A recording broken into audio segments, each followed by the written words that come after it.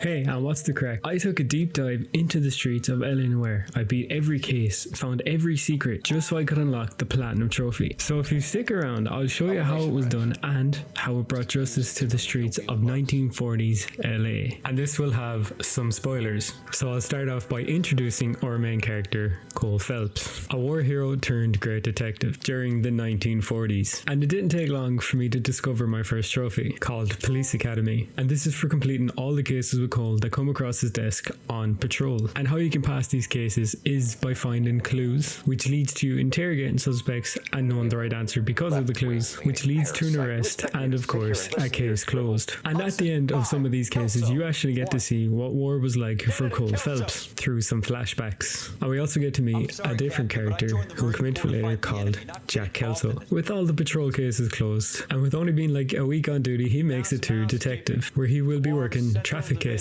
He also gets a partner called Bukowski, who is my second favorite partner in this game, and this grants me my second trophy, a cop on every corner, which I got for completing my very first street crime. And what a street crime is something that's reported on the radio that you can take, and it's just basically shooting someone that committed a crime. But while on an actual case, I got another trophy, which was called One for the File, and I got this for the very simple task of finding and inspecting a clue. I'm not gonna lie, whoever took that photo of this lady did her absolutely dirty. The worst part about this is, after seeing this photo, we have to go talk to her. And because I didn't want to go in and talk to her, I got another trophy outside her house, called The Plot Thickens, which I got for finding and solving a puzzle. And while talking to her, it does lead to another trophy I got called The Straight Dope, and I got this for catching someone out in a lie as an LAPD detective. This case was just full of trophies, because not long after getting my last one, I got my next one called The Third Degree. And how I acquired this trophy was by getting every question right during an interview in one of the cases. The next trophy, Golden Boy, was got at the end of the case, and this was for solving a case where I found all the clues as an LAPD detective. Straight after that, another one unlocked called The Up and Up, and I acquired this by getting 5 stars on a case. And how you get 5 stars is getting all the questions right during interviews, finding all clues, and not causing too much damage around the city. And with the way I drive around the city, that's easier said than done. When you get these questions right as Cole Phelps, he tends to go a little overboard in what he says.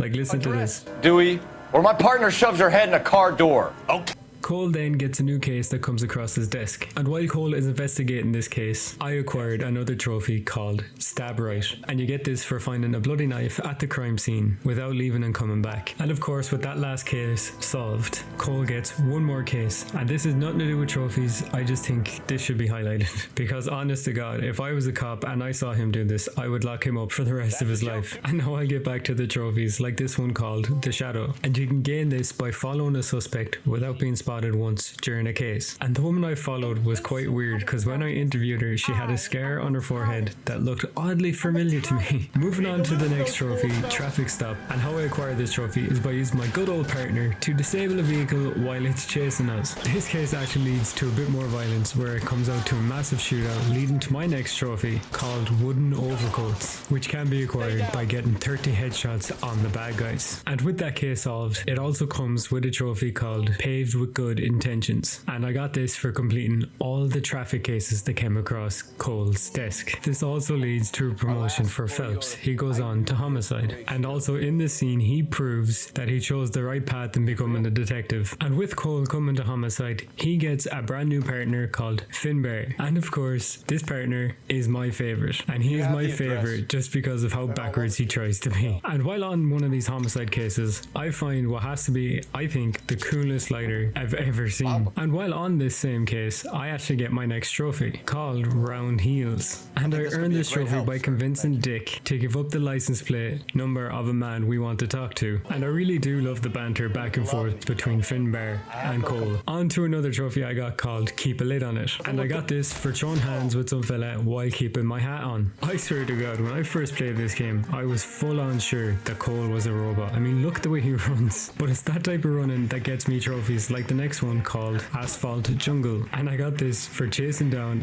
and capturing a fleeing suspect as an LAPD officer. Even if the suspect tries to flee in a car, it doesn't end up going well for them at all. We get to meet Cole's new captain in a diner, and he gives off one of my favorite scenes in this game. Sir, over the moon, boys! After we're done with the captain, we get another trophy called Auto Enthusiast, and this is got for discovering 5 different vehicles. I wonder how far Cole would get if he didn't have his book with all the clues and all that stuff in it. But thanks to that book, it leads to another trophy I got called The Simple Art of Murder. And this trophy makes me sad because how you get it is by completing all the homicide cases that come across your desk. And it's sad because I have to leave Finbar behind. Because once again, Cole gets promoted and gets a new partner, who is just an absolute massive asshole. And with my new partner on a new case, I acquire a new trophy called The Moose. And how I obtained this trophy was by following a suspect without being seen and without using cover or incognito mode. And yeah, this is just really creepy looking. I then met one of the most interesting characters in this game just because it sounds like a SpongeBob character. I wonder, does he like How long chocolate? ago did you leave? Maybe 5 minutes. Call the cab. Moving on to the next trophy I managed to acquire. It was called The Fighting Sixth, and you get this trophy for Cole convincing one of his friends to give up his old army buddies. And we get to meet one of Cole's old nemesis, Jack Kelso himself. And after the quick meeting with Jack, we're on to another trophy called No Rest for the Wicked. And I gained this trophy for completing all vice cases that came across Cole's desk, which means I get to leave his shit ass partner behind. And this time Cole didn't get a promotion, he actually got a demotion to becoming an arson detective.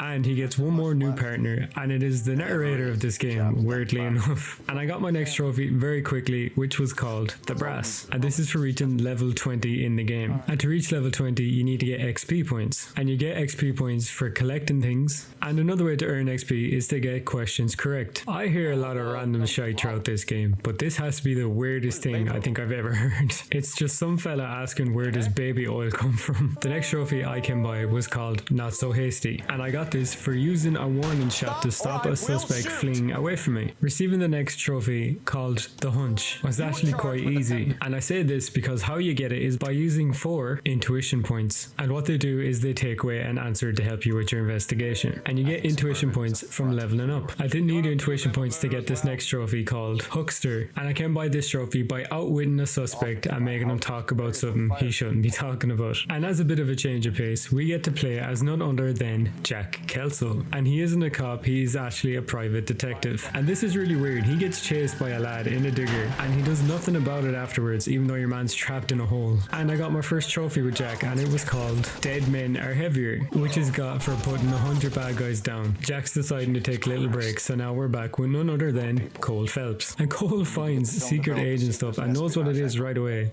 Is Cole a secret agent? But I go and solve that case, and it leads to a trophy I wasn't expecting called Seamus to the Stairs. And the reason I wasn't expecting this trophy is because this is the trophy you get for solving all the cases throughout the game, but I still had a few to go. And on one of those cases that apparently don't count, I got another trophy called Magpie. And this trophy is acquired by finding and inspecting 95% of clues. That theory about Cole not being human just proves it right here. And we're actually playing as Jack while I get my next trophy called Roscoe and Friends. And I got this trophy for using every type of weapon in the game, which is a flamethrower, a shotgun, a submachine gun, and last but not least, Cole's handgun. And the next trophy I came into was called Moth to a Flame. And how I got this trophy is just by completing the story. And the best part about being finished with the stories is I can finally drive how I want. And I got my first non-story related trophy called Johnny on the Spot. And I got this for completing 20 street crimes. And nearly every street crime I did up until this point just required me to unalive people. While I was trying to get the rest of my street crimes done, I came across my next trophy. It was called Leadfoot, and I got this for keeping the driving needle above 80 miles per hour for more than 10 seconds, which is actually harder than it seems in this game. One of the street crimes led to probably what was the weirdest thing people would see that day, where a cop car was being chased by a normal car. And I swear to God, the most annoying part about these car chases was the goddamn pedestrians. And with all the car chases and all the driving around I did, I acquired my next trophy called Miles on the Clock. And you get this for driving a grand total of 194 miles throughout the whole game. The next trophy that I managed to take possession of was called The Long Arm of the Law. And this was for completing all 40 out of 40 street crimes. And when Cole Phelps is on a street crime, there's only one way it ends. And now on to the next trophy called Star Map, which I acquired for discovering all the landmarks throughout LA. And I'm not done discovering shit yet, which leads to my next trophy called Hollywoodland. And I got this for discovering all of the Hollywood